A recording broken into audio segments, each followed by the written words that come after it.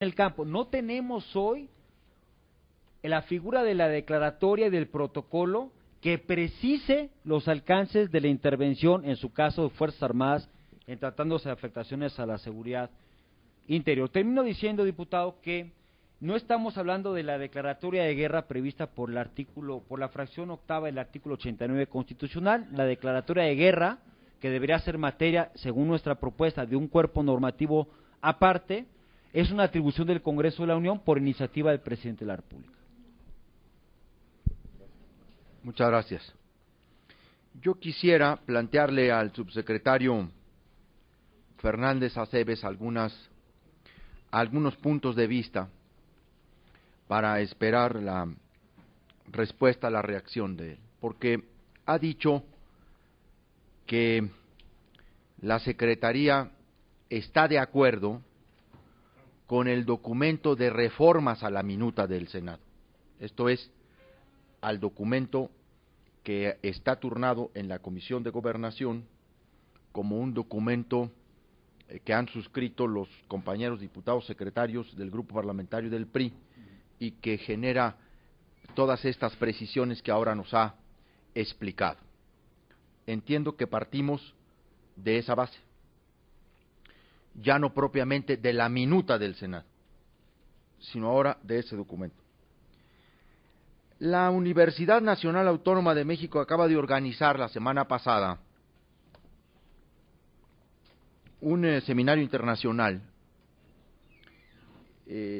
a propuesta del rector José Narro, que se denominó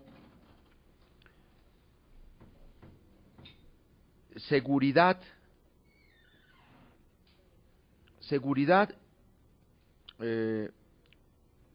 con justicia y en democracia.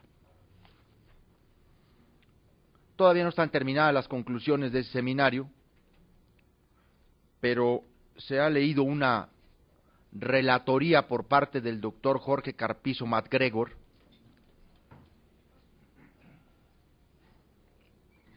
que a grandes líneas intentó sintetizar lo que hubo en quién sabe cuántas mesas, 88 ponentes, etcétera. Y entonces, en la relatoría, dice el doctor Carpizo,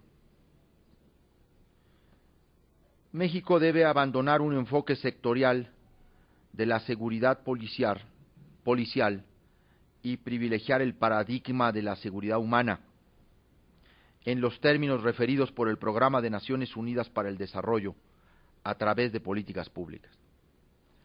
No obstante, es claro que las Fuerzas Armadas no fueron instruidas para funciones de seguridad pública. Están realizando labores que no les son propias en una situación delicada. Nuestras Fuerzas Armadas deben regresar a los cuarteles apenas sea posible y mientras más pronto mejor. Las Fuerzas Armadas saben bien que castigar a uno o algunos de sus elementos que no hacen honor a la institución no las debilita ni desprestigia, sino las fortalece. Estamos de acuerdo con el artículo 13 de nuestra Constitución cuando ordena que subsiste el fuero de guerra para los delitos y faltas contra la disciplina militar, pero que los tribunales militares en ningún caso y por ningún motivo podrán extender su jurisdicción sobre personas que no pertenezcan al ejército. Es claro que el artículo 57 del Código de Justicia Militar contraría este precepto constitucional y la Convención Americana sobre los Derechos Humanos que obliga a México. Por tal motivo, la Corte Interamericana de Derechos Humanos ha condenado a nuestro país en varias resoluciones sobre este asunto.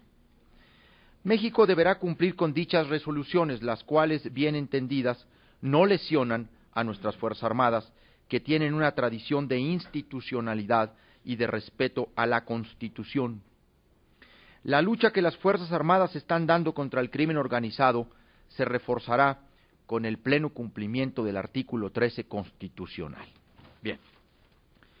Señalo esta parte del seminario y concretamente esta parte de la relatoría, porque en el centro de la discusión del tema de la Ley de Seguridad Nacional está al final de cuentas, el papel que le queremos asignar a nuestras Fuerzas Armadas en el combate al crimen organizado y en la coadyuvancia en materia de seguridad pública o de colaboración con las autoridades locales en materia de seguridad pública.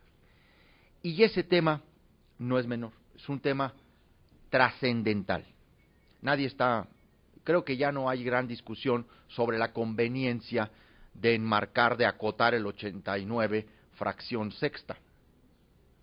Incluso yo digo que cualquier acotamiento, encuadramiento legal que se le haga al 89 es ganancia para el sistema de derechos humanos. Lo peor es el estado que tenemos actualmente, en donde la discrecionalidad pues, es absoluta.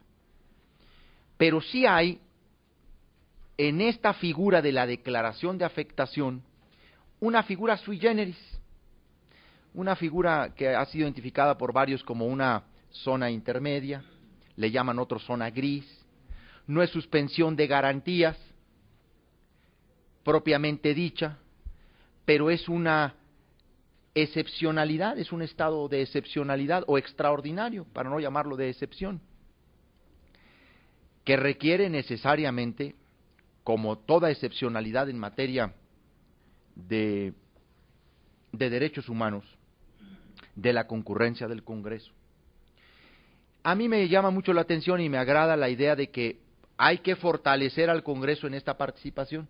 Entiendo que es una definición del Gobierno de la República. Hay quienes proponen a la Comisión Bicameral, la minuta del Senado dice que el Senado debe revisar legalmente el proyecto de declaratoria. Me parece que también ahí hay una extralimitación, pues el Senado no tiene facultades de control de legalidad más que la Corte. Entonces sí se requeriría de alguna forma una reforma de carácter constitucional para darle una intervención mayor al Congreso en esta afectación. ¿Cuál sería el punto de vista de la Secretaría de Gobernación sobre una reforma que le diera realmente una participación más consistente y no la opinión? Hay de una comisión bicameral de 6 miembros que ni atribuciones ni siquiera desarrolladas en su propio reglamento, ley orgánica tiene. No tiene ningún. De hecho, ni siquiera los miembros de esa Comisión de Seguridad Nacional son sometidos a pruebas de confianza como se ha sugerido en Colombia, ¿no? Yo creo que es muy importante que para estos efectos pudiera tener constitucionalmente el Congreso una mayor participación. ¿Y por qué en lugar del Consejo Nacional de Seguridad o el Consejo de Seguridad Nacional no pensamos en el Consejo Nacional de Seguridad Pública, en donde están los gobernadores y en donde hay un consenso político más amplio? Porque en el Consejo de Seguridad Nacional están fundamentalmente el Ejecutivo, pero en el Consejo Nacional de Seguridad Pública están los gobernadores. Y luego a mí me parece que el documento este de trabajo tiene un problemilla en materia de definiciones. Trata de administrar la gradualidad entre el riesgo y la amenaza. Y nada más difícil para una ley que administrar la gradualidad. Todos estos actos tendentes a impedir que la autoridad cumpla con la función son expresiones muy generales que pueden llevar a muchas cosas, incluso a que estos actos tendentes se constituyan por sí mismos en nuevos delitos de carácter federal. De hecho, es un catálogo de nuevos delitos. Entonces hay un problema también de fraseo en términos del artículo 5. Y luego estas facultades al ejército, que son complementarias a las del Ministerio Público, me parece que es la discusión mayor. Nosotros sí queremos que venga la Procuraduría General de la República como parte del grupo de trabajo, porque es muy importante saber cuál es el punto de vista del Ministerio Público Federal sobre esta transferencia de facultades al ejército, aunque sea en materia de seguridad nacional, pero es muy importante. Si realmente coexiste, convive con esta idea, porque entonces pues estaríamos hablando ya no solamente de no fortalecer al Ministerio Público Federal, sino de debilitarlo o de alguna manera de compartir su función esencial con las Fuerzas Armadas. Y el protocolo, que lo tocó bien el subsecretario, es una de las cosas que a mí me preocupa. Yo sí creo que el protocolo debe ser flexible, pero tiene que tener criterios básicos. No, pues imagínense que conforme los casos el protocolo se vaya pudiendo aplicar o flexibilizar. Estoy de acuerdo que no es lo mismo ante un tsunami, ante un huracán, que ante el combate a la delincuencia organizada, pero debe tener criterios fundamentales en el uso de la fuerza, el protocolo, y de identificación. Es fundamental. Entonces sí tiene que haber criterios básicos, el protocolo en la actuación. De lo contrario, vamos a seguir arriesgando a las Fuerzas Armadas a todo tipo de operativos, Si en el protocolo no se especifican una serie de criterios básicos, también, aun cuando haya declaratoria de afectación y toda la legalidad, se le va a seguir arriesgando por la vía de la flexibilidad de un protocolo. Entonces, eso es de las cosas que, por ejemplo, a mí es lo que más me preocupa, subsecretario. Y creo que es donde tendríamos que generar realmente grupos de trabajo con el Ejecutivo Federal. Estos son las cinco preocupaciones mayores que yo he recibido de diferentes grupos parlamentarios y que están planteadas por la sociedad y que tenemos que abiertamente plantearlas, porque sí podemos sacar un dictamen, lo debemos sacar, pero lo tenemos que hacer compatible con la nueva reforma en materia de derechos humanos, la reforma constitucional en materia de derechos humanos, que le da un reenfoque a esta discusión. Y creo que son las mesas que hay que generar, no importa que sea en lo corto, en lo ancho, en lo largo, como sea, pero hay que generarlas. Y ahondar sobre esas redacciones. El quinto, las definiciones del artículo quinto a mí me preocupan sobremanera. Varias de esas definiciones. Por lo demás, yo creo que no tendríamos mayor problema. En el país hay un consenso sobre la necesidad de una ley de seguridad nacional. Y si somos capaces de construir esas definiciones, tenemos un dictamen en julio, de este mismo año.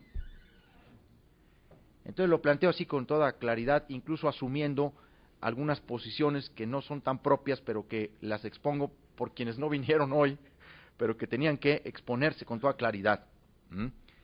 Ese también es el papel de un presidente de una comisión. No solo decir lo propio, sino recoger un poco la inquietud, la preocupación alrededor de este proceso de dictamen.